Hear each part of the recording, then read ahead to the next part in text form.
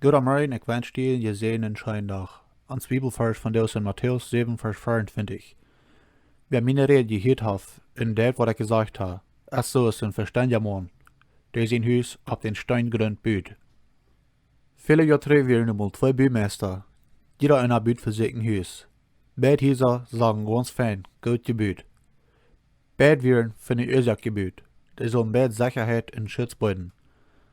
Bloß das Funk und Terrainen, war windig, en dat moet slugje in beide Häuser, en dat eine Haus verfall.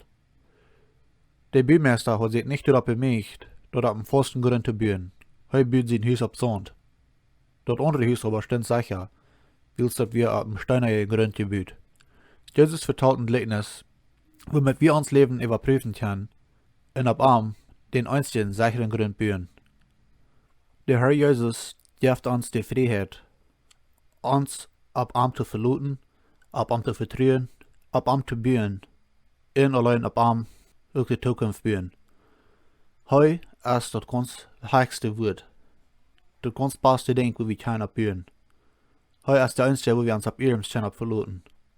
Wenn wir ab Dinge bühen, dann, wo das Leben uns beiden det, zum Beispiel gute Arbeit, gute Verdienen, Familie oder andere Reichtum, wo wir Messversacher und Treue einhaben.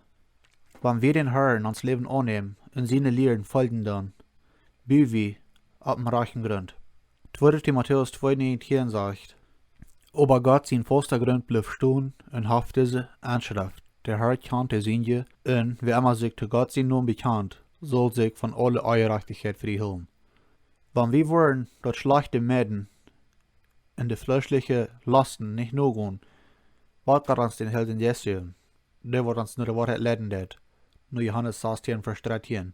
Und dann, wo wir die Enttäuschungen vom Leben ruhig und demütig in eure Sache kirken können. Und wir wollen ein volles Leben mit Christus leben, und am kann Frau nur folgen. Sie wird lesen und dort nur kommen. Lut uns ab den Stein bühen, und Jesus saß. Da wird uns die Sicherheit aus, nu und in alle Ewigkeit. Möcht Gott die wiedersehen in den Scheindach.